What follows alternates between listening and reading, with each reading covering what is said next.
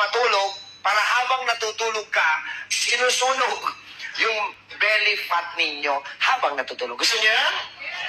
Ano ang mga kailangan nyo na ingredients na iinumin para kumasunog ang inyong mga taba sa inyong tiyan?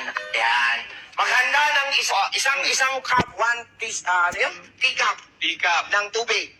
Okay. Isang kutsarita ng green tea powder. May nabibili na pong green tea kahit saan, ha? Mhm. Powder.